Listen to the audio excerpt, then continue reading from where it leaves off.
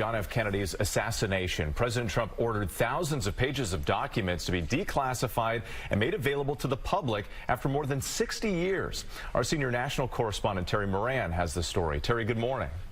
Good morning, Whit. Who killed JFK? That question has haunted this country for more than 60 years, and polls show most Americans don't accept the official version.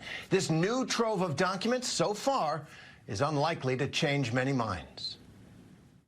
This morning, more than 60 years after President John F. Kennedy's assassination, more than 63,000 pages of unredacted files, long held secret, are now public. The highly anticipated document drop did not reveal any bombshells, but there are some new details about the CIA and how it operated around the time of Kennedy's death. This is a pretty big deal for many who harbored the notion that there was a greater conspiracy at work. Now they'll be able to see exactly what the government had.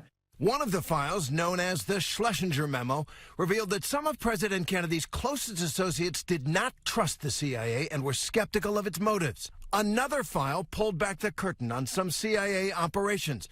The organization was tapping Soviet and Cuban telephones at their diplomatic facilities in Mexico City, locations Lee Harvey Oswald visited in the months before the assassination.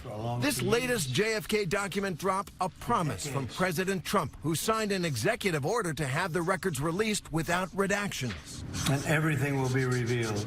While the initial investigation of the assassination determined 24-year-old Lee Harvey Oswald acted alone in killing Kennedy, and subsequent investigations confirmed that, all that hasn't stopped decades of conspiracy theories.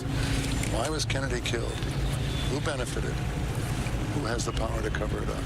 I think that it will be frustrating to those who believe that there was a greater conspiracy. There are still a lot of questions, but there has been no theory that gives credibility to the notion that there was a greater conspiracy at work. A few documents related to Robert F. Kennedy and to Martin Luther King Jr. were also released, including some related to their assassinations. But so far there were no new information that changes established conclusions either. Guys? So nothing to further any of the conspiracy theories there. All right, Terry, thank you.